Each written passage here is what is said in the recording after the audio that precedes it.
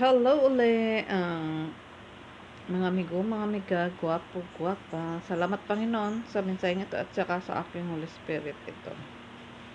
Nasa 7-Eleven naman.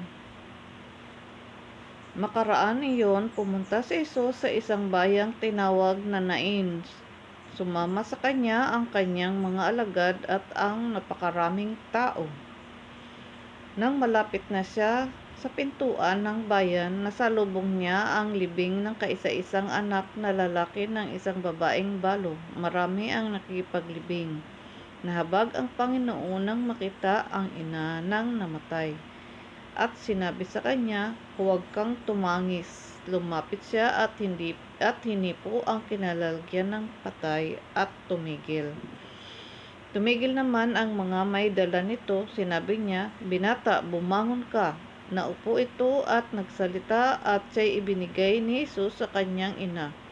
Sinidlan ng takot ang lahat at sila'y nagpuri sa Diyos. Sabi nila, dumating sa atin ang isang dakilang propeta.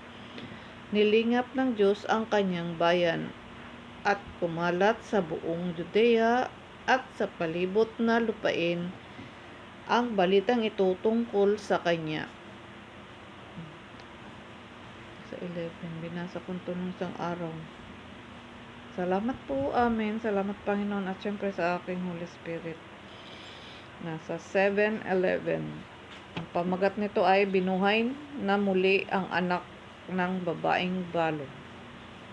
Salamat sa inyo kung na kayo nakikinig. Salamat po. Ito binigay sa akin ngayon at saka yung sa 6:49 at saka ito sa 11. Salamat po sa pakikinig. Kapaypaan.